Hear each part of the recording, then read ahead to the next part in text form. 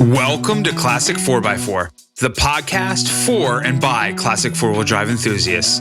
I'm your host, Chris Piccone, and you can follow the podcast on Instagram and Facebook at classic4x4_trucks. Also, make sure you subscribe to the show on your podcast listening platform and check out our website at classic4x4.com. And make sure to reach out to us if we can help you sell your classic, custom, and modified truck or 4x4.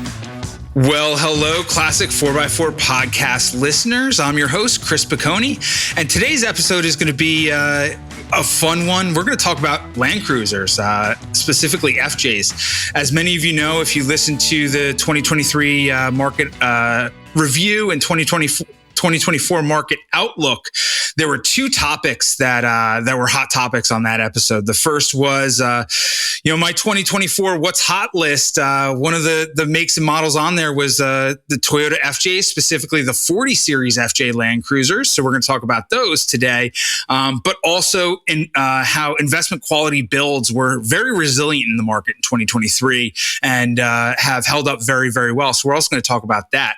So today with us, we have Austin Petersen, who's the founder of Black Dog Traders, Black Dog Traders, if for those of you that aren't familiar with them, they build investment quality Land Cruisers, 40s, 60s, 80s, and maybe soon 100 Series Land Cruisers. And if you don't follow them on all the social channels, make sure you do, and it's at Black Dog Traders. Check them out online. They have some really cool builds at blackdogtraders.com. But without further ado, what's going on, Austin?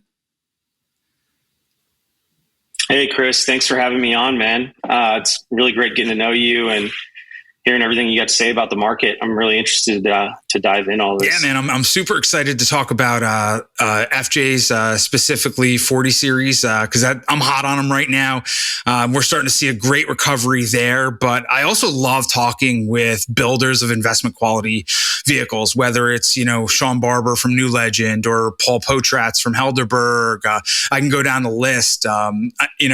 Every investment quality builder has, that little thing that makes their builds unique. So I want to talk about that. But before we get into it, let's talk about your background. Every successful business really stems out of a passion. So, what's your background? Like, you're a kid from Dallas. Like, how does a kid from Dallas end up building Black Dog Traders, which is one of the premier investment quality Land Cruiser builders out there in the country? Yeah. So like you said, it's all about passion, man. I had a pretty diverse background. I grew up here in Dallas, ended up out in LA, and ended up traveling to Thailand and saw some really amazing vehicles out there. And then I ended up kind of split between, trying to start my own company and working in the tech industry. And then the coffee company I was actually a partial owner in had we were sourcing beans actually down in Colombia and Nicaragua.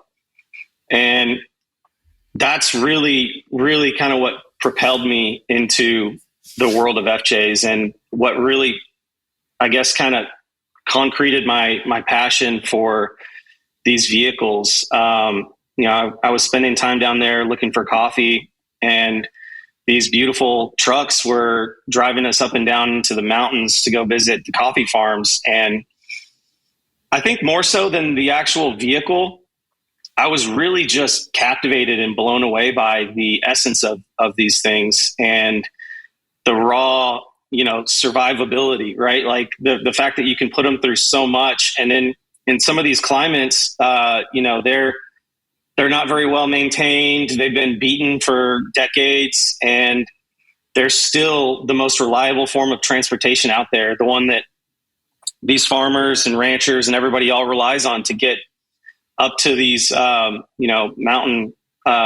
mountainside farms. You have to grow coffee in pretty harsh conditions, like right on the side of the mountain, basically. And these vehicles, like I said, they're piling thousands of pounds of coffee and bananas into the back of them, and they're still making it up and down the mountain all day long, every day. So that seeing that and really seeing the essence of these vehicles and what they're really dependent on in these countries is what really, really got me hooked on Land Cruisers. Super cool, man. That's an interesting story. And we're going to talk about imported Land Cruisers a little bit later because, in our pre-interview, we talked a little bit about that. And I like your view on imported Land Cruisers because we have a very similar view. But, when did you found Black Dog Traders? What was the first couple builds that you brought to market? Like, how did it all come together? I know it's a really neat father-son story, and I love to hear father-son stories. So tell me about when and how you guys founded Black Dog Traders. Yeah. So, like I said, I was working for that tech company, and I really kind of got thrown headfirst into the world of Land Cruisers down in Central and South America. And the only reason I even really found that there was a really strong niche for them here in the United States was that my boss at the time was just absolutely crazy about them. And he actually tasked me with importing his FJ40 from Costa Rica. So I got to learn the ins and outs of exportation. I learned, a lot about the Land Cruisers, and, my passion kind of grew and was seeded by his passion for them. So he was one of those guys where his desk would be right behind yours, and he would watch everything I did all day long. So the only thing I was allowed to get away with besides, working for the corporate world stuff was researching Land Cruisers. So I dove headfirst into it. And in the beginning, I was traveling down to South America and I was establishing relationships with guys down there. And I was just spending months down there at a time. And I would scour the place and I would find the best FJ40s really is what I started with, only FJ40s and FJ43s. And I'd find the best examples that I could. And at first I was just taking photos of them and posting them up online. And our Instagram following started growing because of that. And then eventually I started a website. And in the beginning, I was just kind of brokering deals down there, or I'd buy one and import it. And it started really small. And eventually we had a shop in Colombia, actually. I forgot to mention that earlier. And the first couple builds were out of there. And it was in this tiny little mountain town called Armenia, Colombia. And eventually I'd come back to the US and I'd work on trucks in my garage, in my dad's garage. And we just eventually started a small shop here in Dallas, and it's been a very interesting journey ever since then. So that's super cool. I will tell you a question that I ask everybody, which is one of my favorite questions, is what was your first car or truck? Like in high school, what was that, that first car or truck that you drove to high school as soon as you got your driver's license? I had an old beat up Jeep Grand Cherokee that was a jalopy. Awesome. That's awesome. Was it a ZJ? A ZJ, or what year was it? Yeah, it was a ZJ, and I was, a dumb kid, and I had a big subwoofer in the back of it, and it annoyed the crap out of everyone. And the school that I went to when I was in college, some of these kids were like really affluent, and I'm driving this old beat up, Grand Cherokee, and it was a lot of fun, man. I really loved it. And then after that, I ended up in a Cadillac DeVille. I loved that car. That was an amazing car. Yeah, with the North Star engine. Yeah, that North Star. Dude, you couldn't kill those things, man. Yeah, I know, and I tried. Trust me. But yeah, those were my two firsts, and I really fell in love with both of them for different reasons. I wish I could say it was a Land Cruiser. I wish I could say it was an 80 series Land Cruiser, honestly, but. Yeah, that was the hot car back then. But I will say, it's funny with the ZJs right now.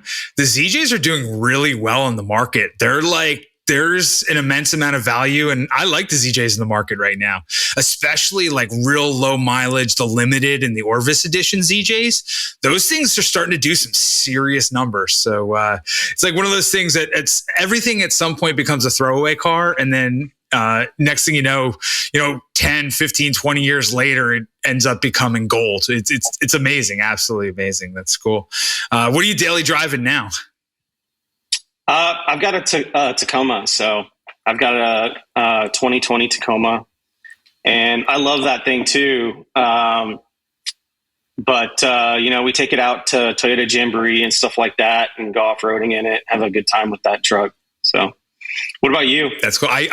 I daily drive a 4Runner, actually. I daily drive a 2023 Color of the Year or TRD Color of the Year Solar Octane TRD Pro 4Runner. I'm on my fourth TRD Pro.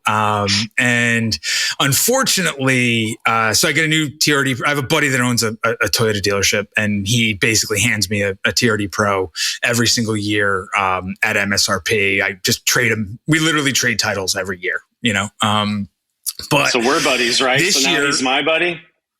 Yes, exactly. So this year is for 2024 is going to be the last year of this current generation, and the TRD Pro color is Java, which I'm not a big fan of. So he called me and was like, "Dude, do you want to wait for your Land Cruiser to come in, your new Land Cruiser to come in? It's probably going to be like third quarter of this year. Or do you want me to put you in a TRD Pro Java?" And I was like, I don't think I'm going to go to I'm not a big fan of the Java color. Some people love it. Some people don't. But I said, you know what? I'm going to hold tight. My cousin actually owns a Ford dealership. And he actually on a whim, like 2 years ago, I ordered a Bronco Heritage Edition. And randomly out of the blue, he called me. He's like, dude, that Bronco Heritage Edition is getting built. It actually just got built this week. So when I get back from Charleston, that'll be waiting for me. So this will be the first time in a long time where my stopgap is going to be a Ford Bronco, a Heritage Edition for about 6-8 months until my new Land Cruiser comes in.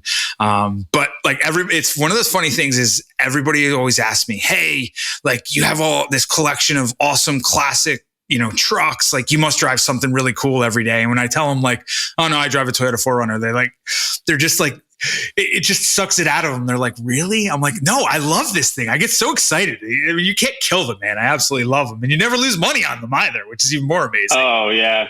100%. My stepbrother, he had a Tacoma, owned it for like 6 years, and he literally traded it into a Ford dealer. And the Ford dealer bought it for basically what he paid on the lot, like 5 or 6 years prior to that. I couldn't believe it. But it's crazy how well Toyotas hold their value.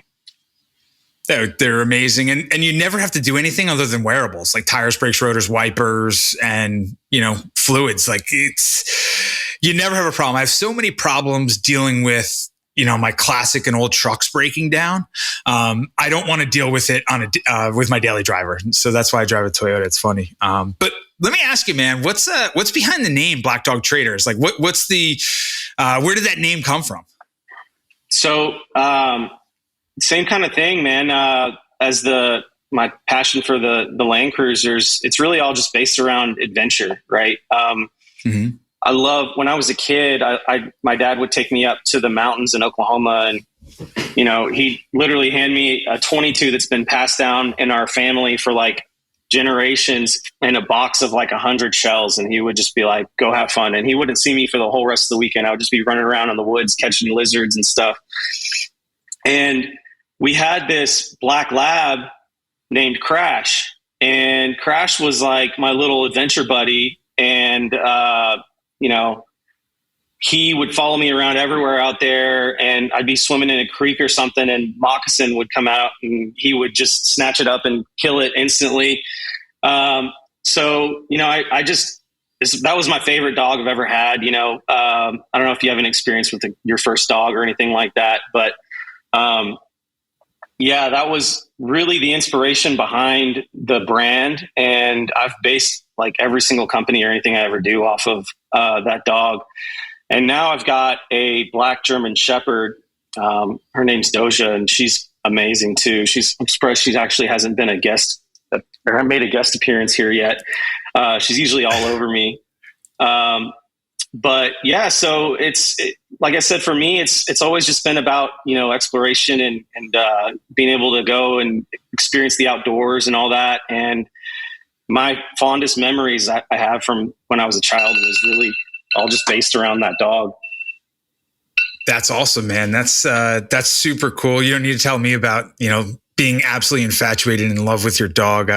My dog is my child. I have a 5-year-old French bulldog named Carl, who, unfortunately, he can't be around when we're recording because he wants all the attention. So he's actually upstairs with my wife in her office. But he's like our child, man. He's got a full wardrobe. Like I'm all about the dog. So that's pretty cool, man. Let's talk about some of your builds. And this is my favorite part when I talk to builders, especially, high quality, what I call investment quality builders, when I talk about there are great restorers out there, but what differentiates a restorer and an investment quality builder is not only the caliber of the restoration, meaning a full nut and bolt, custom, bespoke, frame off, full mechanical restoration caliber build, but also the brand that comes along with it. At Classic 4x4, a lot of what I do is representing the sale of classic customer and or classic collector and custom trucks and 4x4s. And it's interesting, some, markets ebb and flow. But one thing I noticed with the investment quality builds that have that defined brand behind them is they don't really ebb. They always flow. There's always a level of appreciation. And there's two parts to that. There's not only the quality of the build, but the brand that goes behind that build. And so let's talk about, some of your builds. But before we even get into, I want to go through a build, like a hallmark build for each series, right? But before we do that, what is the unique thing? Every builder has a little hallmark or unique touch that makes their investment quality build align with their brand. So what is that thing for Black Dog Traders? Is it an LS swap? Is it a design element? What is it that really makes a Black Dog Traders Land Cruiser? So when we first started, it was 100%. It was just frame off factory restorations. And I was actually inspired by the FJ company back in the day, and we used to put 1FZs in the FJ40s like they did back in the day, and that was really cool, and I really loved it. And it's plenty of power for an FJ40, but it really creates a lot of issues in a shop environment. When you have to, because unfortunately Toyota doesn't have any crate engines or anything like that you can source direct from them. So it just creates a huge issue with parts and aftermarket support for anything. So, we focus a lot on design, but also on ease of use, right? Ease of access to parts. We want our trucks to be built on a platform where, if you run into an issue, you're going to be able to find parts down the street, or, if you've got it somewhere across the world, there's people that know how to work on it in that area. So we focused on the LS platform pretty early on because of that. And we found it to be a great platform. It's plenty of power.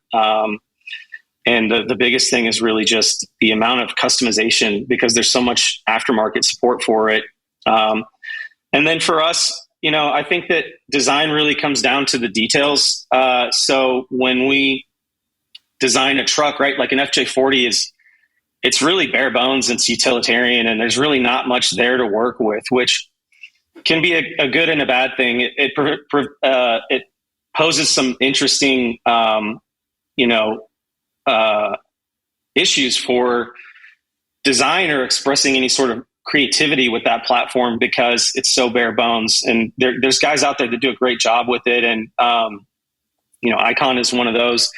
we drew some inspiration from those guys as well early on. And I would say that what we built was, it's like halfway inspired by the FJ company and halfway inspired by Icon, where we wanted to keep a lot of the classic design elements and keep it where it's a very beautiful vehicle. When you get into the upper models, we focus on, sourcing like rare hardwoods and things like that for little design touches on the interior. And my dad's a carpenter, so he helped me with a lot of the interiors early on, and some of the most expensive builds that we put out is all the interior, all the woodwork is all done by him, and I in the shop, and sometimes just in his garage on the weekends. But the two things kind of merged, right? I wanted to keep a lot of the classic element, the design element, and really create beautiful aesthetics, and really nice touches, in the engine bay, all kinds of branded things and little touches where when you open it up, you know that it's one of ours.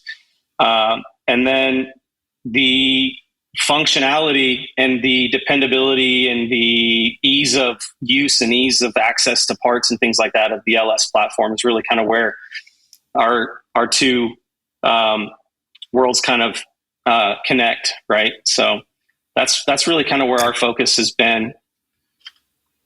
I love it. You know, it's interesting, and you don't hear a lot of Land Cruiser guys talk about using wood on the, some of the accents on the interiors within their builds. A lot of Land Rover guys, a lot of Defender builders do, but you don't see it a lot with Land Cruisers. So that's pretty cool that that's a hallmark. Love the LSs. I agree with you. The 1FCs, they're great engines, but and obviously keeps Toyota, keeps with that Toyota brand. But I mean, an LS3 on a, made it to a 6L80.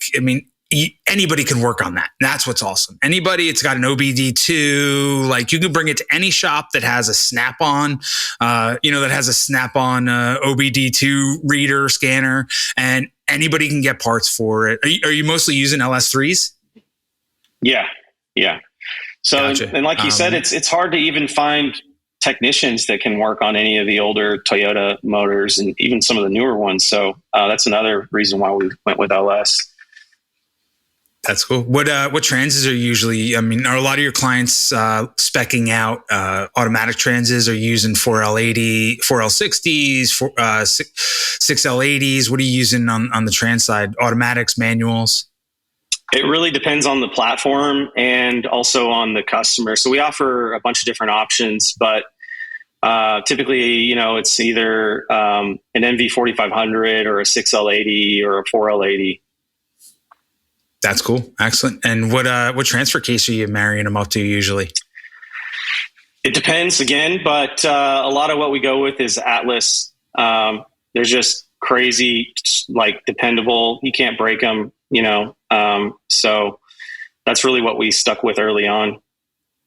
That's a rock solid powertrain. And I'm a big fan of, modern classics where you have a classic vehicle with all modern amenities and creature comforts and powertrains. So that's pretty neat, man. So what is you've been around for a while, and your donor stuff is all NAS. I know you started out originally importing stuff, but now at this point, and when you're a bespoke investment quality builder, that caliber of client wants all North American specs stuff, and that's what you're using as your donors primarily now. But what are some of your builds that you remember off the top of your head from each of the series? So what's your favorite 40 series build that you built for a client, that you designed? What were some of the cool little intricacies, the powertrain, some of the details that you put into it? Yeah. So my favorite, I have two favorite 40 series builds. We built one that was Nebula green, and that color to me is just love that color, man. Yeah. And to be honest with you, when I first saw the color and we were talking about building the truck, I didn't think it was going to look great. I just didn't love it. And then we put it all together, and, you know, the interior was all warm, aesthetics, right? Like, you know, saddle seats. And we used a Nardi steering wheel with the wood grain, and in the end, it all just came together really well. And, that was an LS3. And then the craziest truck that we ever built was, actually an FJ40, with an Aqualoo tub. And, it was actually an LSA mated to, an MV 4500.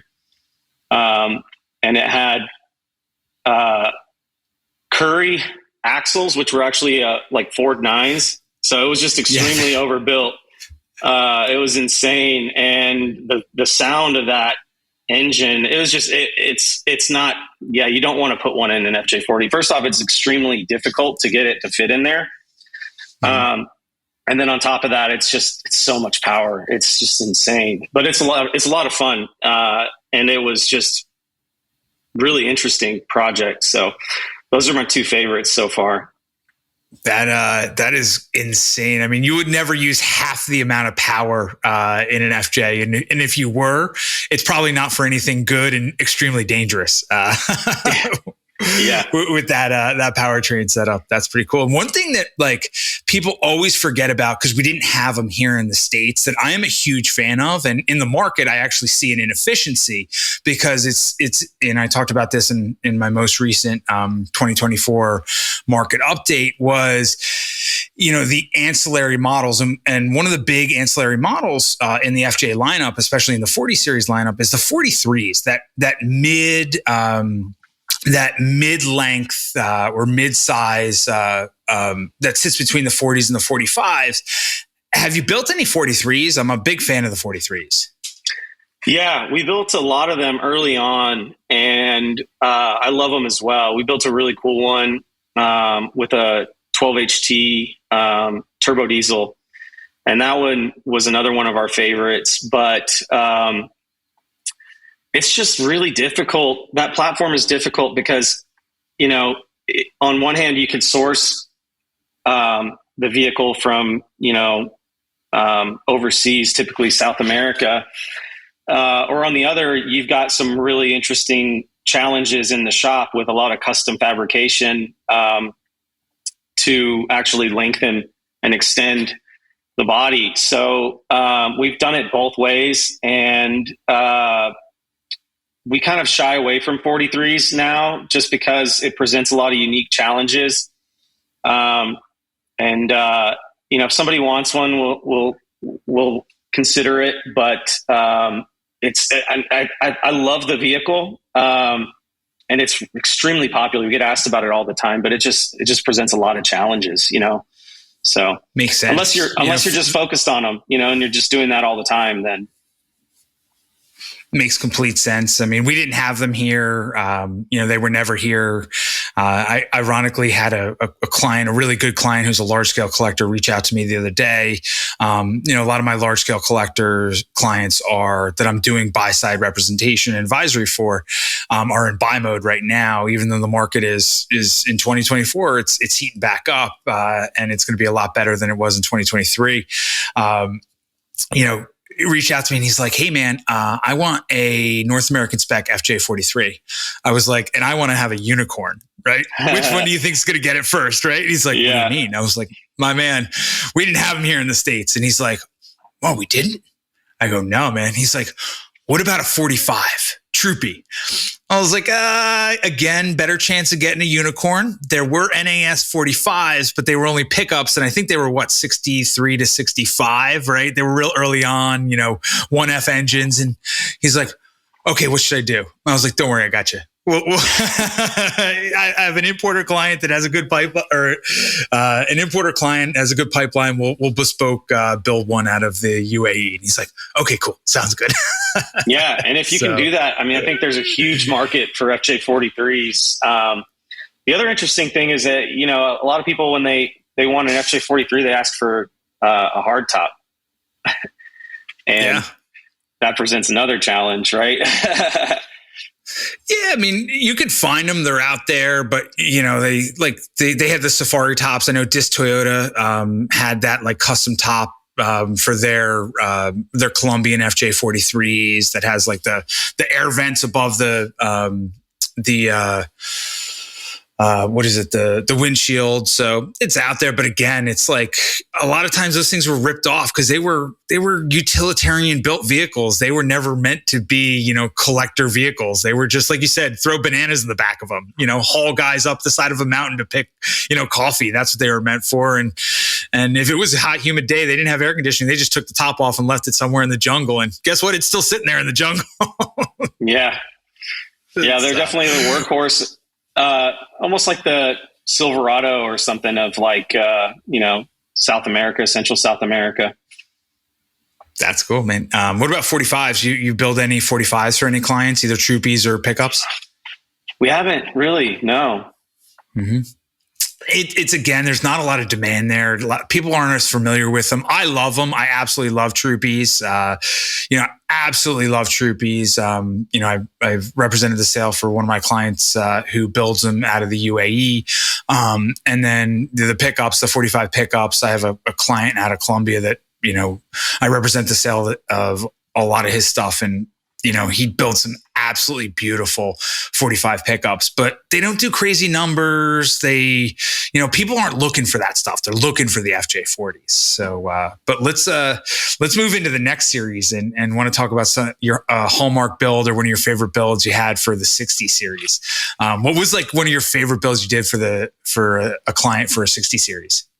The 60s is, is a little bit more room for, experimentation or some really cool design aesthetics. So on the 60s, my favorite part about that is really just trying to go a little bit out of the ordinary with the interior. And when I say out of the ordinary, I don't mean anything like, obscene, but just really like with the 40s, there's only so many touch points and so many things that you could customize or that you could really play with. And the 60s are just a whole completely different platform. It's a lot better drive as well. So that's another thing that we really like about the 60s. It's just more of an actual vehicle. The 40s are very utilitarian and pretty much a tractor. So the 60s are definitely a blast to build. That's cool. Is there a specific build you did for a client that you can think of off the top of your head that you can throw at us and walk us through powertrain, the design of it? Yeah. So with the 60s, a lot of times we'll stick with the stock transmission and transfer case, but we'll mate it to an LS3. We keep the body harness and everything intact and just run engine harness and incorporate all that into it. So that presents some unique challenges as well. But another really cool thing that is out there now is kits for transitioning the leaf sprung suspension to an 80 series coil suspension. So, we throw that into all of our 60 builds. There's a couple that have really kind of stood out for me, I guess.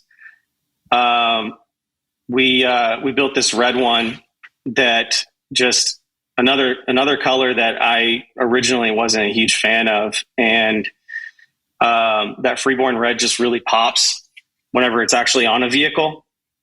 And that one, we had a lot of black accents, and then actually painted the Toyota symbol on the front of the grille red and tied in some of the freeborn red in that as well, and tied the red and black into the interior. But we so far have kept the 60 series pretty stock. We rebuild everything, but made it to an LS3. That's awesome. So here's the $1 million question. when you're talking about 60 series, like there's two worlds with the 60 series. There's the round headlight 60s and the square headlight 62s. And there's two, like, you're either like a 62 guy or you're a 60 guy. Like, so what is it? Is it round headlights or square headlights for you? I love the square headlights, man. It's a little bit more me like... too, man. Yeah. I love that update. It just looks great to me. And I don't know, it's a little bit more like 80s, 90s feel to it because of that. So yeah, I'm definitely a 62 guy. Yeah, me too, man. I'm the same way. I love the square headlight 62s. You have the fuel injected 3S, which I know you guys rip out anyway. But I don't know. I don't know what it is. I just like the square headlights. A lot of people hate on them. They want the round headlights, the FJ60s, but I'm really into the square headlight 62s. So that's cool. I'm glad we're on the same page there. So let's move into the 80 series. Like you've done some pretty bonkers 80 series builds, and I will say that there's a lot you can do with the 80 series. They had a long run, like you said, their coil spring suspensions, but still relatively simple from an electronic standpoint. So talk to us about some of your 80 series builds that you've done for clients, and throw a couple at us, or one or two at us that were just like hallmark builds where you were like, I enjoy every second of building this thing. What are the specs on it? Yeah. So the 80s, we originally started with nothing but 40s, right? And we kept that for a long time. And then about 3 or 4 years ago is when we started getting into 60s. And then, like you said, as time goes on and things progress, the market starts opening up for, 80s and 100s and all that, and Toyota pickups, right? So the market kind of led us into the 80s. The 80s is probably hands down my favorite Land Cruiser, but there wasn't until a couple of years ago. There really wasn't anybody asking about them, or anybody trying to get them really built out, or anybody that wanted to spend the amount that you have to really put into these things. So we've only done a few, really, but the 80s again there's a lot more there. So there's a lot more that you can really play with. Typically, we'll do either a 5.3 or a 6.2 LS, and we keep a lot of that stock as well. We just rebuild everything. I mean, it's a really solid powertrain, and the solid axle setup on that on the 80 series is really hard to beat. So we keep them pretty stock, other than an LS swap and rebuilding the entire drivetrain. And then the interior, you can get a little crazy with that. And there's a lot of cool design aspects that you can pour into an 80. But, I would say we haven't really been able to firm anything up with those yet. I think that's still something that we want to venture into a little bit more. That's cool. So you're doing a lot of LS swaps. What harnesses are you using? Are you using PSI? Are you using American Auto Wire? Is there a go-to harness company you use?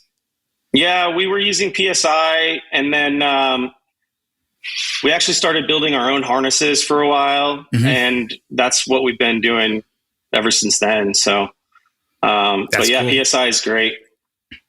I actually know those guys personally, and believe it or not, so PSI, they live in the town that I live in coastal New Jersey, and the owner of PSI's sister and brother-in-law are like very, very good friends with my wife and I. They're neighbors, like his parents are my neighbors. Like it's so I get to see his builds like in his own personal collection, and he build some pretty wild stuff, man.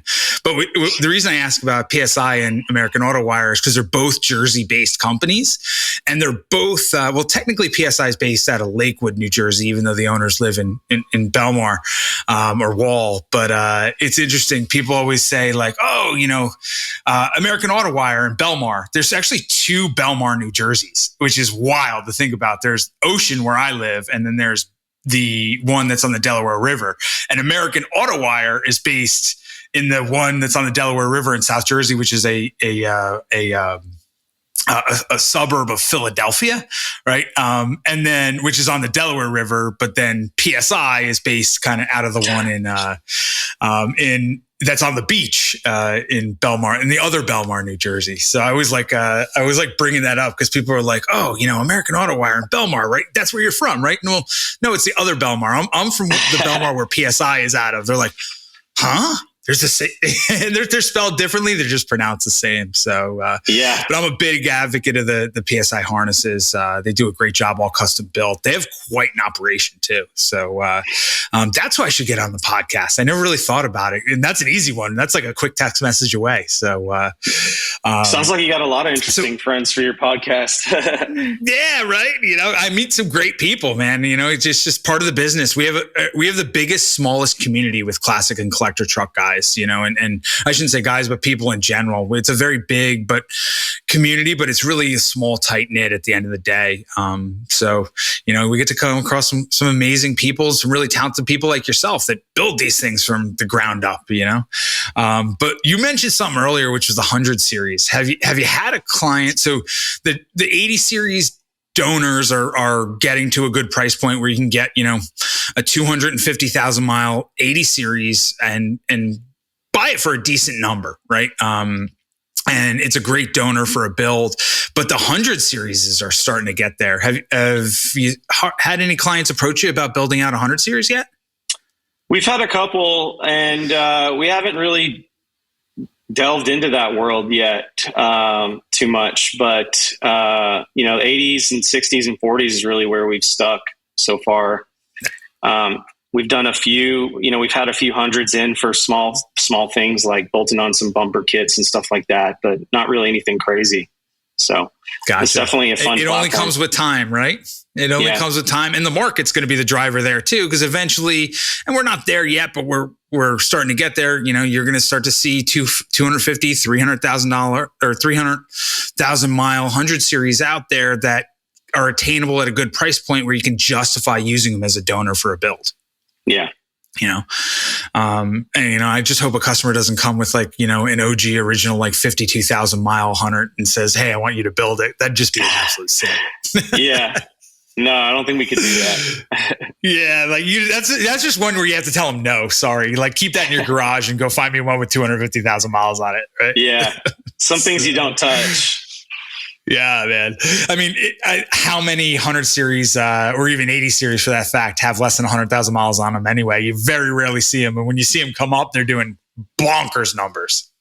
Yeah, I've been blown away by some of the numbers coming out of the 80 series world recently. It's been pretty interesting seeing that blow up. It almost happened overnight, So yeah, I mean, and mileage is everything. If you have less than 6 figures worth of clicks on any Land Cruiser in general, but especially an 80 or 100 series, I mean, the differential in value is 50% higher than something that has, the normal 150 to 250,000 clicks on it. I mean, it's a different world. It's a completely different market when you're under 6 figures from a mileage standpoint. But let's talk about the market real quick. The FJ, especially the 40 market, has seen a lot of turbulence. We saw several great years where, good, high quality FJs were doing really, really, especially North American NAS FJs were doing big numbers. And then, you saw, obviously that created a profit opportunity for importers that could bring them in from outside the country, where the restoration work is much lower cost. So we saw a lot of importers bring in 40s in mass for a very long time, and it just flooded the market, and 40s got real soft for a good 18, 24 months. I mean, there was a period of time about a year ago where you could buy a nut and bolt frame off resto, 40 coming out of South America, and a good high quality one. Don't get me wrong. There was a lot of imported junk. You know that, and I know that, right? But a good high quality one, for mid-20s. Obviously those days are over, and that $25,000, imported nut and bolt high quality resto is now a $45,000 to $55,000. But I like the imports, and there's a lot of really good importers out there. I'd say it's the minority, not the majority. But let me ask you a question. What is, from your perspective, what are your thoughts on the imported FJs and Land Cruisers in general? So when you said, 50, 55 for a really nicely restored imported Land Cruiser, I think I've seen numbers way higher than that. And there's guys out there in Central and South America and the UAE and places like that do really amazing work. And some of these guys have literally grown up, their whole entire family for generations has been working on these vehicles. There's a lot going on in different parts of the world. And, I think you get to see a lot more of it than I do. I used to be pretty well immersed in it back in the day. And we still do some imports, right? For specific model Land Cruisers that are just really difficult to find in the US. But I think that market is really interesting to me.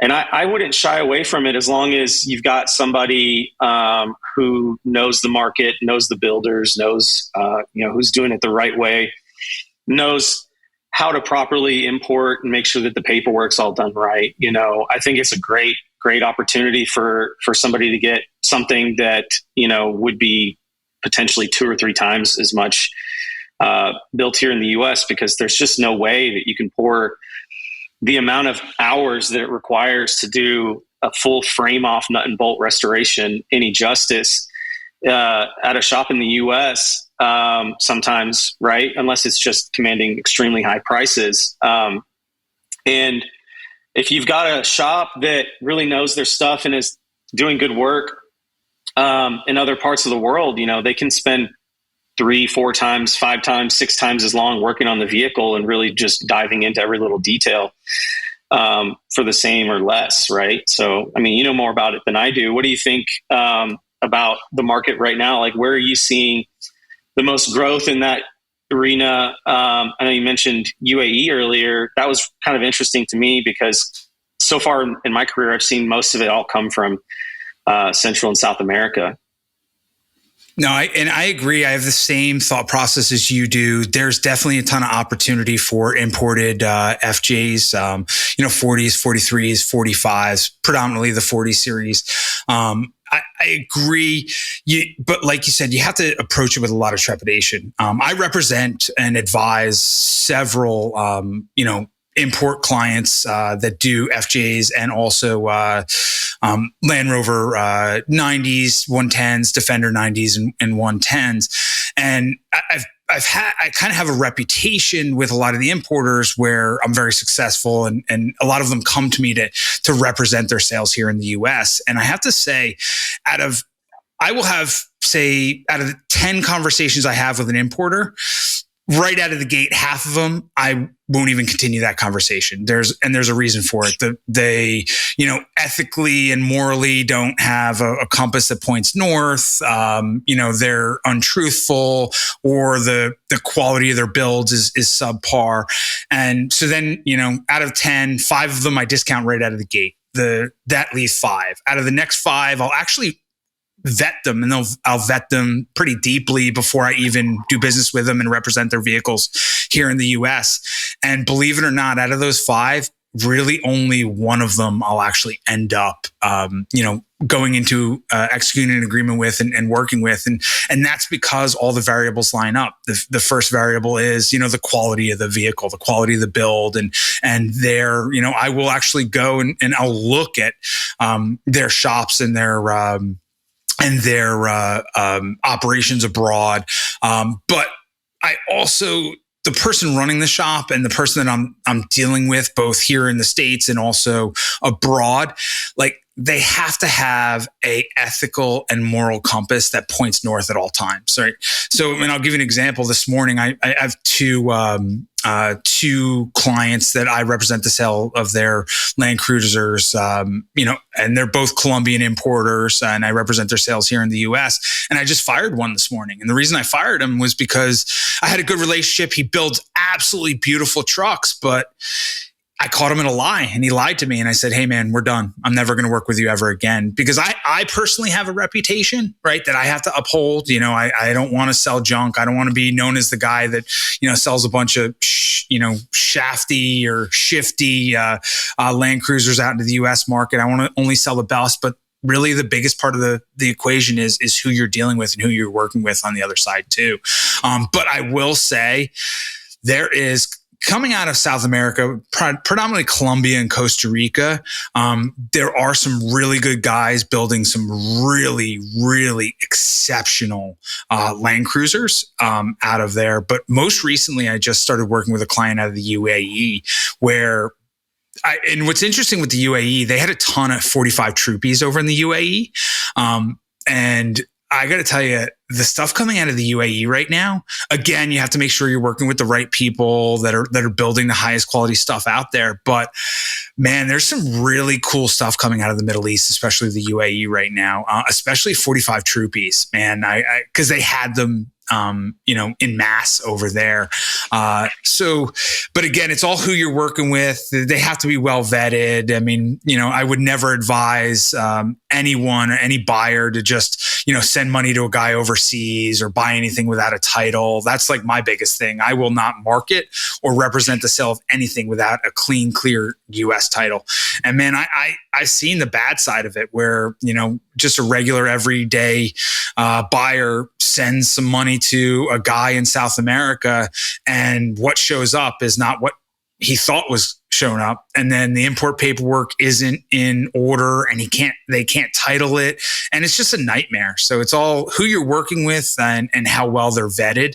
And that's, I guess, kind of sometimes where guys like you and I come in, right? Where we can handle that. And, the average everyday buyer that just has a small collection or even a large collection just isn't familiar with it. But I am a big advocate of a lot of the stuff that's built overseas, purely because the caliber of stuff that they can build at the prices that they can build are second to none. I mean, stuff that gets built in South America is getting built for 25 cents on the dollar. For what it costs us $1 here, they can build it for 25 cents. Some of the stuff that's getting built out of the Middle East, especially the UAE, is 15 to 20 cents on our dollar. And it's really, really, really high quality stuff. But at the end of the day, I'll say this through and throughout, they will never hold a candle and do the same numbers that a North American spec FJ40 or FJ80 does here in the States. And there's no brand associated with it. There's no FJ company. There's no Black Dog Traders. There's no Icon. And in the secondary markets, they don't hold the same value that an investment quality build like a Black Dog Traders holds, that is not only extremely high quality, but has a brand association that goes along with it. So will they ever do the same and hold the same values and appreciate like a North American spec investment quality build? No, but it does create an opportunity as long as you're buying the right one and dealing with the right people. And I think you and I are very aligned there, correct? Oh yeah, 100%. And I think that, what I've found in the industry is that there's a large chunk of the market that is difficult to service here in the United States. Right. And, you can go and buy a used Land Cruiser at the, not bottom of the market, but it's a different purchase. Right. But if you're anywhere from that, like 50 to $150,000 range, it's really difficult to get something that's, that the shop and the team is able to put a lot of time into here in the U.S. just because of the crazy disparity in labor costs. So there is a huge opportunity for it, I think, and I think it's a large chunk of the market that it's like it's been kind of difficult to address here in the U.S.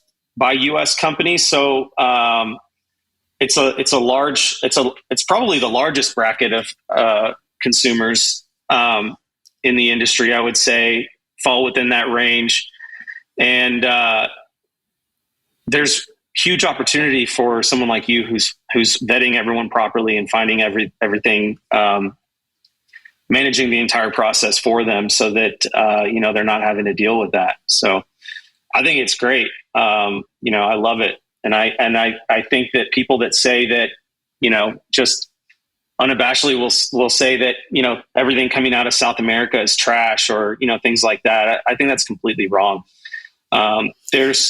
It's unfortunate that there is that stigma, and that it is true in some cases, but there's some really, really high quality work that comes out of these countries. So I couldn't agree anymore. You actually brought up a really good point is, that imported build fits that middle of the market, which you just can't do here from a cost standpoint, right?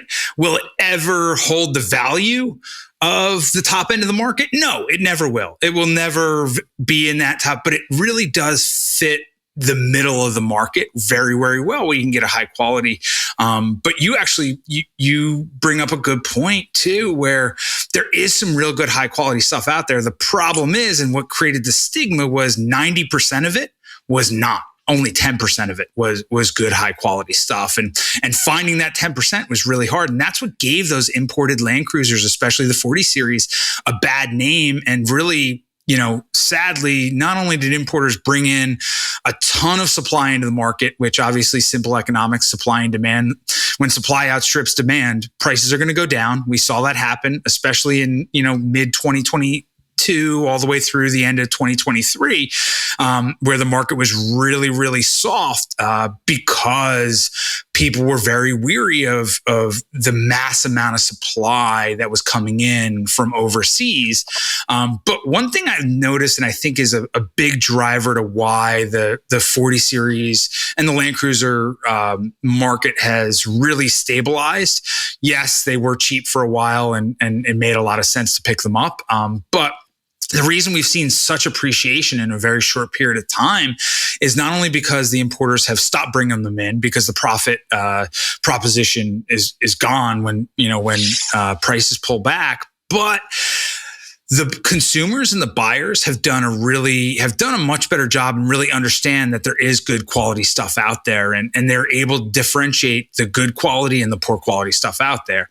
And I think that's really played a big part of what's driven the 40 series in the Land Cruiser market, and stabilized it, and where it's actually seen an immense amount of appreciation in a very, very, very short period of time, which is why I like them so much. And they're on my 2024 What's Hot list, So I'm glad we're definitely aligned there, because a lot of purists and enthusiasts in the Land Cruiser space are, they never have anything nice to say about them. But there's a lot of bad apples out there, but there is a lot of good out there. And it's just finding it and working with the right people, because it's the minority. It's definitely not the majority. But I like 40 series is going into 2024.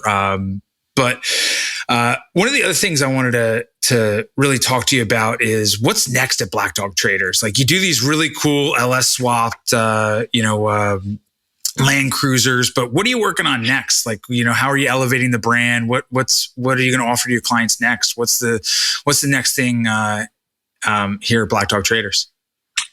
Yeah. So, like I mentioned to you earlier, we started with 40 series, and that was really kind of our roots and how we got into the business. And I think just really spending a lot of time fleshing out each of the platforms, and probably focusing a little bit more on 60s and 80s in the future, That's cool. It's interesting. I was actually on your website doing a little pre-show research, and you have some really cool merch. And it's interesting. A lot of the builders have some really, like, investment quality builders have some really cool merch. Like, I don't know. I just tripped over it on your website. I was like, wow, this is like the design of this merch, the Black Dog Trader merch, the hats and the shirts and stuff. I was like, wow, this is exceptional. It's to a very high level, man. Where did that come from of all things, right?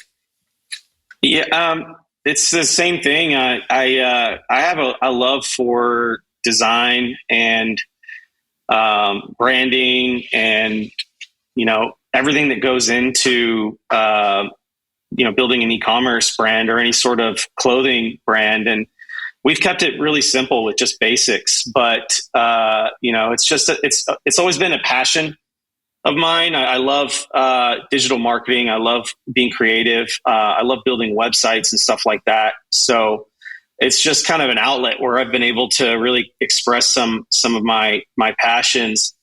And the clothing, it's a difficult thing to do. E-commerce presents its own really unique challenges.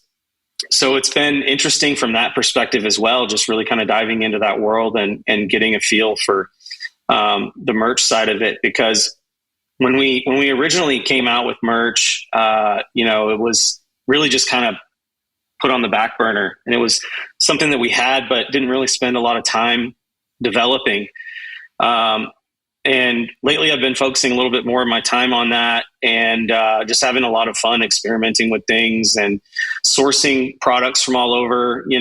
We went through probably 30 different vendors and manufacturers to find the right ball cap that we really liked. And I was actually really surprised how bad some of the ball caps are out there when I started getting into it. So, it's just another thing that, being able to pour a little bit of creativity into and being able to have some fun with. So, it's been a passion project, definitely.